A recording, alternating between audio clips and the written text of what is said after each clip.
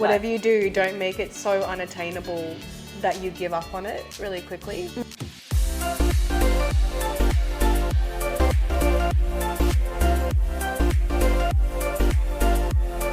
Hello and welcome to another vlog on YouTube and podcast on Spotify by the Fit Minds podcast. Coach Maya Jean and Coach Chloe Jane here. Hi. She's back. It's been a couple weeks. She's back from the dead. Oh, I feel like From the pregnancy dead. I was going to say, I don't feel like I'm back from the dead. I'm just I'm still dead. continuing in it. Just getting deeper and deeper. How you feeling? Pregnant, yeah, is the answer. And you know, for all you ladies who've been pregnant, you know what that feels like. It's just the summer. I remember It's so shit. when Josh and I first found out we were pregnant, like, over the moon, excited, happy, but then in the back of my mind, because I've been pregnant before in the summer. This shit again. Fuckhead. In Australia though, let's be honest, we get like 2.5 months of actual cold. There's like, you're really damned if you do and damned if you don't with pregnancy, because you're going to be pregnant at some stage through the heat. I know. Well, it was like, I would love to be able to, like, because you see over in America how they like wearing all these like oversized the jumpers coats and hoodies and like super stylish, and I'm like, I'm over here in an oversized t-shirt and maternity underwear, literally looking like a drowned fucking rat with sweat. I just remember walking around in my brown and undies all day and just being not apologizing for it, because I was like, this is it. Yeah. This is what life, we're doing. my life now. Even postpartum. Oh, Like, just spend 100%. all your time in underwear. Yeah. Yeah. Well, I would say it's good to hear you're doing well. Thriving. Otherwise. Yeah, no, otherwise I'm doing good. I'm back at the gym. We're busy, hey? It's so good though. Yeah, it's so a good problem to have. Yes, absolutely. Then we us talking, because it's like, gets quiet towards December, and Chloe's like, oh, it's a bit quiet, like, and I'm like, wait for it. Make the most tsunami of people. Yeah. sign-ups. Actually, I've got another one today, so that's 17 coming on board. Nice. Yeah, and like that's out of like I think 21 inquiries. So some of those are still pending. Like I know a couple of them had some personal stuff that they had to deal with. So yeah, it's a really good result for us and also for the people joining, because that's really on topic for what we're talking about today. Absolutely. I think there's certainly how to stick to New Year's resolutions we've already done, but like how to make realistic goals, right? And resolutions, because oftentimes, how many times have you seen it where people have advantageous goals? So it was a funny story. I was listening to the radio literally yesterday, and they were saying that 43% of people have quote unquote failed their New Year's resolutions by the first week. Yeah. And you know, I mean, if you think about it, it makes sense. And I don't want to be that person who's a trainer who says, you know, oh yeah, you're all going to make these resolutions and you're not going to stick to them. Because at the end of the day, like, we want you to stick to them. Yeah, we want people to, I suppose, keep the promises they've made to themselves. And that is our intention, is to get people to their goals, whether it be in the new year, whether it be in December. But I reckon the main causes is, you know, the number one leading cause is being too advantageous about what they're wanting to accomplish. Being very unrealistic. Yeah. What's some examples of that? Like, well, it's like I was saying to you before, it's like people that go, okay, I'm going to make a New Year's resolution to myself that I'm going to go for a run 5 days out of 7, but have never gone for a run. Yeah, you're in for a rude shock, aren't you? Yeah, or like you mentioned, I'm going to go to the gym 6 days a week and have never set foot in a gym before. Yeah, and like at least by day 2 or day 3, like you're going to crash and burn pretty quickly. Absolutely. And that's where things like injuries, sickness, even just in general, like your motivation. Especially coming out of such a busy period, right? Yeah. So you've got Christmas where you're eating and drinking and End of doing school, a whole lot of sweet nothing sometimes. Yeah. And then all of a sudden you're flogging your body. Yeah. Bless you. Thank you. Keep that in the podcast. Thank you. Keep it real. Yeah. We're We all sneeze. We're a human. Yeah. I think you've heard us do way worse than that. I was going to say there's cheeky farts here and there. I've never thought We of have them. talked about it though, I'm pretty sure, yeah. Yeah, I think certainly it's like being too advantageous, biting off more than they can chew, Yes. trying to make too many changes at once. Yes. I've seen like, we know, I've got books on changing habits, right? I'm not some sort of elitist that goes, reads books and I'm better than everybody else. There's a stage there where like there's a version of me back when I was like 19, and for those who were friends with me when I was 19, I apologize. For you. I was a pain in the ass. But I was really lazy. Yes. And I didn't even know I was lazy, but part of it was like, so here's a fun fact, habits.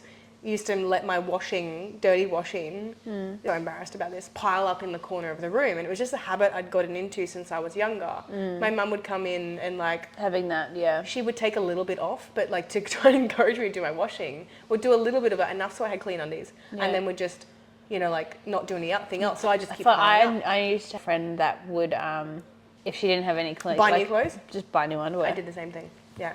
To the point where I forgot about some pieces of clothing I had because they were there for like, I'm not kidding, like months. It was bad. Yeah. Months. I used to just live in mess all the time. See, I'm really bad at putting my laundry away. Yeah, I still say laundry is my, like, I avoid it like the plague. Like I pretend And like then you decided to have a kid. And that's all I do is laundry. Laundry has... But yeah, and I think back to that person now and I'm like, it's not like I'm some sort of like reformed, like, person who's like, I don't smoke anymore. I used to chain smoke as well. I don't drink. But like these changes occurred over a long literal period of years. time. Yeah. It started with my washing and making my bed. Shout out to Rochelle, by the way, if she ever listens to these podcasts. Rochelle Cat in Bundy. We used to live together.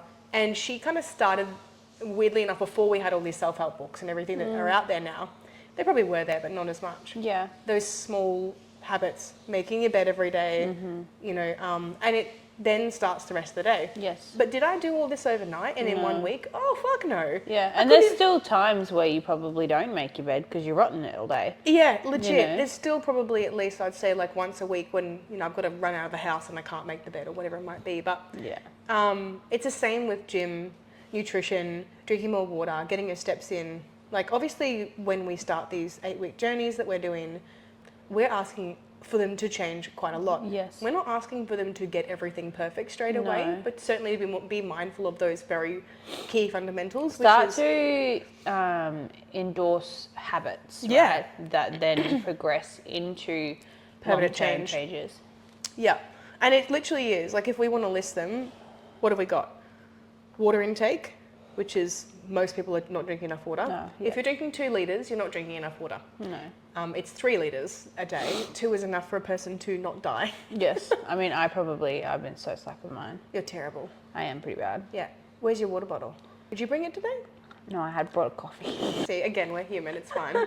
Actually, there's my water there, and I've had a protein shake and not my water. But the protein shake had water in it. I went to the gym before I came here, so you had water. I had water. Yeah, see? Water was the first one, which we are terrible with. No, some days I'm really good with water, and then some days it's like 1 o'clock and I'm like, damn, I've only had a litre, which for me is not a lot because breastfeeding, right? Steps, right? It's not in order of importance, by the way. Steps. Probably the one that I see most commonly neglected is people just sitting on their bum all day, like on their phones all day. Yes. Obviously exercise, additional to steps, resistance training, because that's what helps us form muscle tissue and that's what helps us see definition. Those lines that you see, that's muscle, right? So if you want definition, you've got to have muscle. And if you want muscle, you got to train weights. Yes. Pilates, it's okay, it's pretty good. It is still resistance, but it's not going to give you as much as what weights training is. No. Nutrition, again, not order of importance. If I was to put any first, it would be nutrition. If you do all these things here, you've got some great habits. And don't get me wrong, it's not to sneeze at those. But if you don't team in your nutrition, and a lot of people don't do this in their New Year's, you see the gym, it's fucking packed. There's people everywhere, people doing all sorts of weird exercises. And you know what? I'm like, hell yeah, this is great. Yes. Forming healthy habits.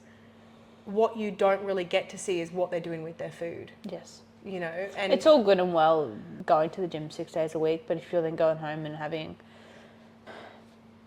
loaded shake with 5 teaspoons of Nutella and or if you're having a coffee with 6 sugars in the morning or whatever it might be, full sugar Red Bull or something, and you may be just subconsciously not consuming the right foods for your goals and not know it. And a lot of people will go like, I'll tackle nutrition later, and so then in those first few weeks they're like, oh, I've been going to the gym really consistently, I've been I don't know why I don't see results. And that can also be a part of why people give up on new That's one of the resolutions. things, like anyone that I speak to that's struggling, it's changes within nutrition, Yeah. right? And like when people are unwell and things like that as well, like we preach the fact that you can still be in control of what you're consuming, because it is, at the end of the day, in terms of fat loss especially, it is The deciding factor. the deciding factor on Yeah.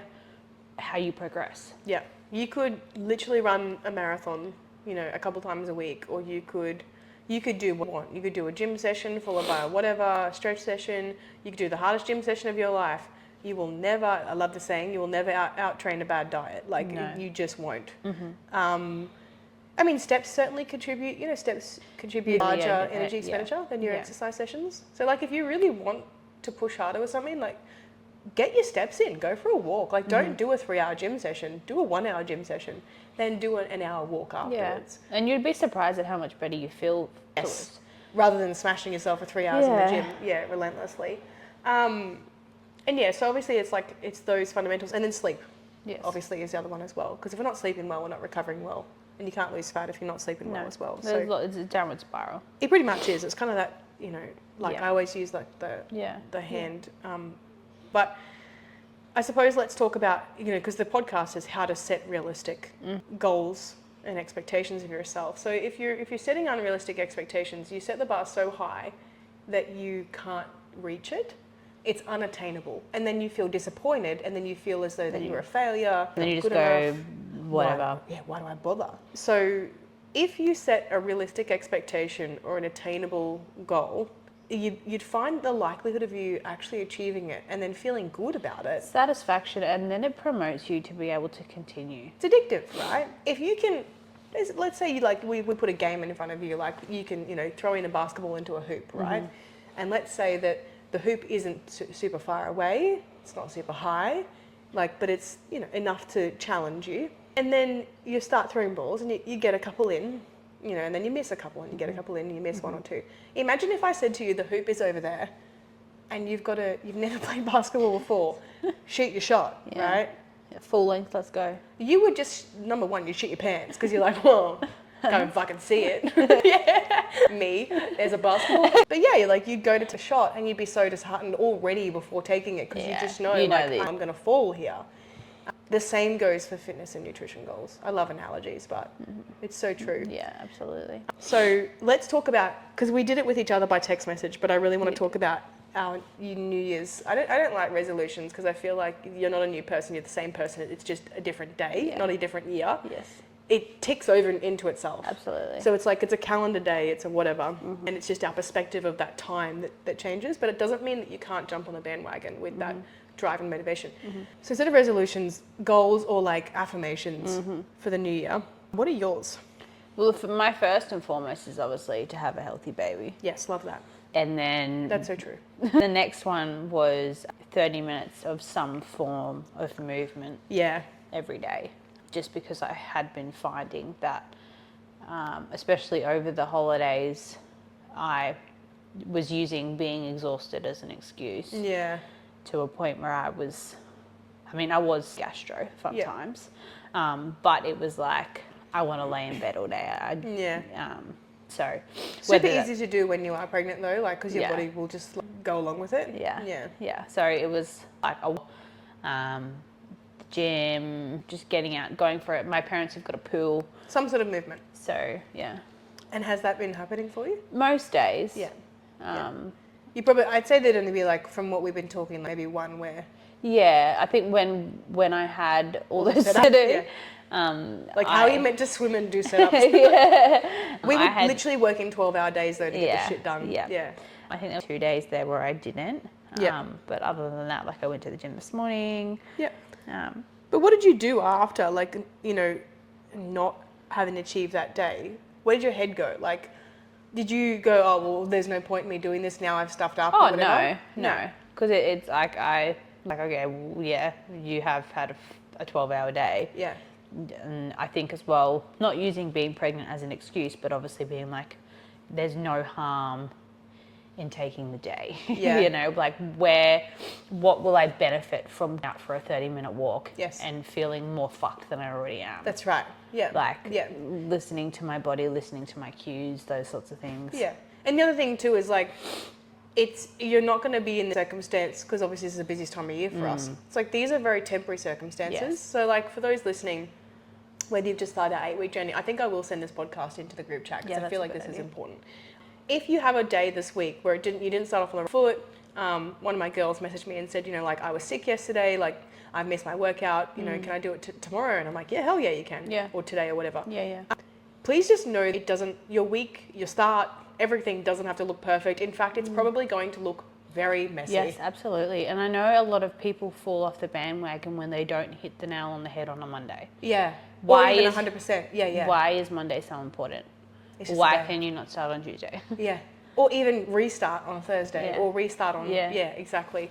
And it's like, almost like that, the way I see it is like with a week is that like motivation is really high on a Monday and there's this kind of like downward slow slope, decline. and then you get to the weekend and you're fucked. Yeah, and they write themselves off and whatever. So much of this is also changing their perspective towards like, if you imagine this 24-hour window that we've just had today, Monday doesn't know it's Monday. This 24 hours doesn't know what day it is. You are the only one that knows it's Monday. You're the only one who is like seeing this differently. Yeah. If you are out and about socializing on weekends, everything like that, understandable, it is hard to navigate with food. Communicating with people, hey, look, you know, not even necessarily I'm dieting.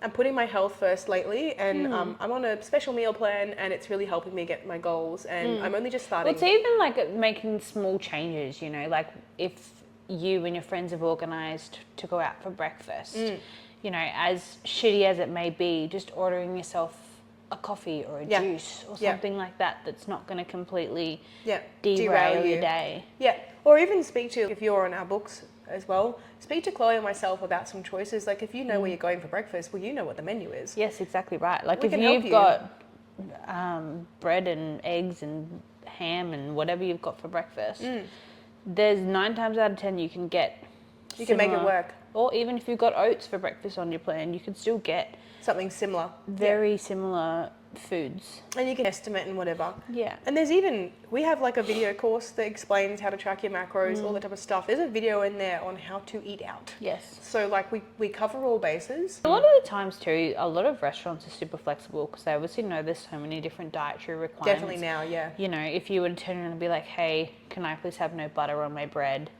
Don't cook my bacon in oil and things like that.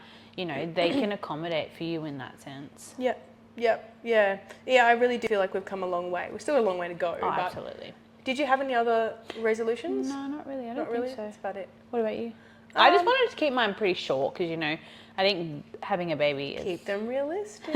I think having a baby is going to take up a big chunk of me. Of course, yeah. This is the benefits of being an online coach is that, like, I will admit, looking back, despite it being very difficult in the newborn stage with her, you know, I could do work outside of things, and it was a big shuffle. But yeah, I would definitely feel for people who are going through this New Year's period, and everyone's kind of making all these massive changes, and yeah, like you're obviously then not wanting to, you know, as I said, set that bar too high, especially as a person who is pregnant. Yeah. Not that you can't, it's just that you're growing life. Yeah. You're literally supporting two heartbeats. Yes. So, yeah. As you say that, she's like, wha-pam! Yeah, she just kick you. She's like, I'm here, mum. Excuse me, stop squishing me. Yeah.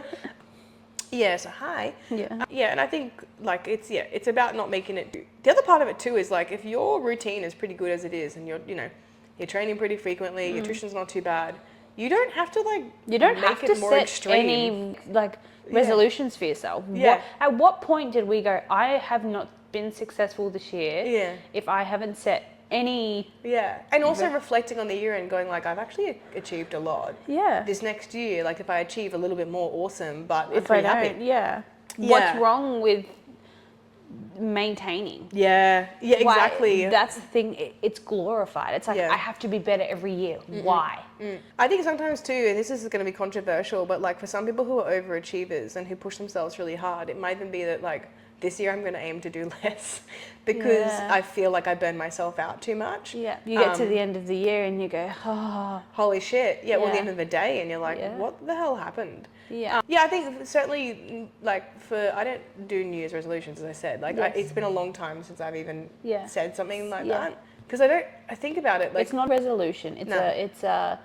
I'm going to set Intentions. Some intentions for myself. Yeah. Because at least then you're not turning over a whole new leaf. You're kind of just like, yeah, that's in my sight. Yeah. It's something that I would like. I certainly think writing it down is really important. Visualizing it, seeing it somewhere, because if it's in your head, it disappears, right? Like everything else that we put into our heads every day. Mum life. I was going to say. Yeah, what time was that appointment again? Yeah, I think certainly mine are, my top one is something I've been really consciously doing the last couple of days, which has been awesome. And it's also been a little bit hit and miss here and there, is getting more steps in, because, I rave on about steps and I'm like, it contributes so much towards people's fat loss goals. But in reality, like, there's so many more benefits. Yeah, well. And I'm an online coach. Like, I sit down all day on my laptop. I get kind of like phone paralysis. So I will be on my phone. If you are one of my clients or whatever, like, I reply pretty quickly. Yeah. So like, I'm on my phone all the time. And even Alex hates it. Because Josh, I was just about to say, Josh will be like, are you responding to clients? I'm like, yes. Yeah. It drives them nuts. We love you guys. But we're driven to do it because like, we love our job, right? So we want to be available. And I just know, like, personally, I'm like responsive coach. You're going to be like, they're there. Yeah. They're reliable. You don't like hearing coach a couple of days after you've messaged them. Yeah. You're like, do I exist in your world, or am I important to you? Yeah. But certainly for me, it's like banking my messages and going, okay, well, look, I will allow myself that guilty pleasure of having my coffee and replying to people in the morning. But that was another one of my goals. What was that? It was like work-wise. Setting time blocking. Because we tend to, you and I are bad for it, and we keep falling back into it as like, we will just prioritize work all day. And then by the end of the day, we're like, shit, we need to go to the gym. Shit, we need to go for a walk. Yeah. And it's like 7:30. Shit, I need to eat. 7:30 at night. And so I think this year I'm thinking to myself, hold on, if I do not represent my brand and my business in a way of putting myself first, going for a gym session, going for a walk, how is that meant to exemplify to my clients what I want them to do? Yeah. It's like setting those healthy boundaries, and it's like practicing what you preach. Well, if I say to them, hey, look, I can do that program adjustment for you. I'm just at the gym, or even just not reply and then do it in the afternoon when I do my afternoon replies. Yeah. And if they're like, oh, don't worry, I've done it myself, or something like that, I might even just be like, when you messaged me, I was at the gym and I was, because it's not about justifying yourself, but we set that example of like, hey. Yeah, well, it's like on a weekend. Yeah. It's like when you have a client reach out, it's like, hey, I was actually just spending time with my family. Yeah. Being a human. Yeah. And like, to be honest too, I know some clients, the only time they get is on weekends because they're obviously working during the week, and they'll message, they go, shit, sorry, I knew it was the weekend. Yeah. And we're so bad for it. I did spend half of my Sunday working. I was going to say, most of my Saturday working. And I understand this is the time of the year that happens. Like, not going to be a regular thing. But my number one goal is like really going, instead of saying, I've been working all day, I don't have time for a walk now, my brain is saying to me, right, take your phone out, go outside, reply to text messages or call people or whatever you need to do, make your calls while you're walking, or leave them until your walk after the gym in the afternoon, so that then you can get to the gym earlier and then you can be on the treadmill walking while you're applying instead of any time you're sitting down. You're literally losing time that you could be doing steps. That was why I was the same during prep. I really was really good at doing that during prep, and I bought one of those walking pads. Yeah. Because it's like, exactly, our gym is 5 minutes away, so I literally just, clock in, clock out. But if I'm at home with the baby, problem is too, she might like yeet herself off the treadmill, but... But it was like things like of an evening when I was like sitting down watching a TV show. Yes. I just propped the walking pad much to Josh's dismay because it's loud. Alex put it here too, yeah. Just watch it. Yeah. So that's probably my number one. It kind of it overlaps with my steps, but also like same thing, time blocking and being a little bit more selfish with my time. Because I think certainly from you hanging around me, you've seen the back end coaching now, and you're like, holy fuck, like you don't stop. Like we don't stop. Both you and I are just on the go all the time with clients. And it is a love affair that, if we could work all day and all night, we would, but our brains just need a break and our bodies need a break. And then I think that's pretty much it. Like spending less time scrolling late at night, because oftentimes I will finish my work day, I'll finish gym, whatever.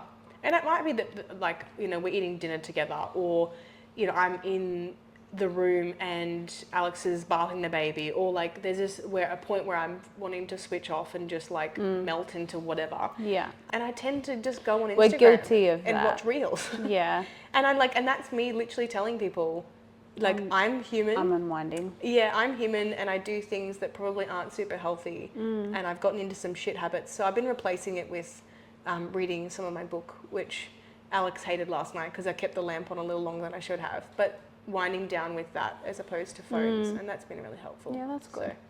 So, yeah. See, I use that time as my downtime, and Yeah. for me, it's like it doesn't, like, it's where I isolate. Yeah. Can zone out. switch off. Yeah. And I don't think you're overly bad for it. Like, I'm worse. I send you way more reels than you send me. Yeah, I suppose sometimes. Lately. Me spamming the shit out of Yeah, Chloe. no, it's all right. Yeah. I think my biggest problem is I do it whilst Sienna's awake. Yeah. You know, things like that. It's like, Yeah. okay, I could be doing this. Spend quality time with her instead. Yeah. It's like hard. But then you throw in as well being pregnant. Yeah. Like- And it's an added pressure too. Like being a mum is very you're always on. You have to always be on. And then when you want to be off is when you need to be on. And so there can be that little bit of like almost, I would say sometimes like I was saying this to Alex, like, sorry, I've been a little bit vacant and a little bit like not wanting to be present. Yeah. But I genuinely am really craving not being present. That's the thing. Like, I think once you become a mum as well, steering off the topic a little bit, but you become so overstimulated. Yes. And it gets to that point where you're like, I just want my own bubble. Yeah. I don't want to be spoken to. Yeah. I don't want to be touched. Yeah. I want to do what I want to do. Yeah. And 9 times out of 10, that is just sitting there on your phone. Yeah.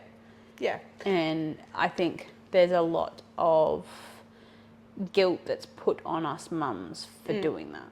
Yeah, and even our own self-guilt as well. Yeah. I think for me, I think I just get lost for too long with it. Like I can kind of lose so like you 3 struggle hours to like to take myself away. Yeah. Not in a weekday, like I don't have the time to do it, but like on a Yeah. weekend when we could be like, you know, we could be like down the beach and just relaxing there, or like, you know, I could go get my nails done or something like that, whatever I feel like doing that would take up an hour. Yeah. And I realize, holy shit, or I could be journaling or reading, and I'm using this time to scroll, and it's going past like, you know, minutes or 15 minutes. It's getting to the point where like Al's having to stop me and be like, hey, it's the weekend.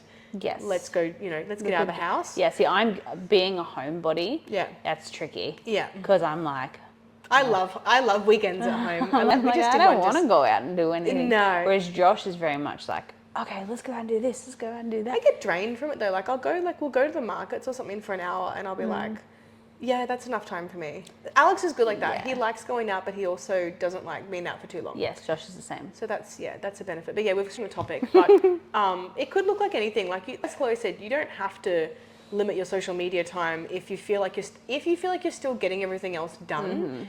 If you're starting to, like I was, resent my work a little bit, love my work, but resenting how invested I am in people's lives because I'm not getting things done for myself, I then kind of wanted to look at, okay, hold on, where else Where am I can I investing my make time? changes Yeah. that, Like, okay, if I take away from work, what can I do? Can I around so it's not that I'm just constantly talking to people? Can I take some time off from scrolling and kind of almost like electric shock myself when I'm doing it to just go, hold on, you can switch off by going for a Even walk. like there's or, ways like now on the phone where you can like set Yeah, I have timers. those. Yeah. Yeah. I did have those, and I used to just click out of it. You're like, I'm not smarter done than yet. you. Yeah, true.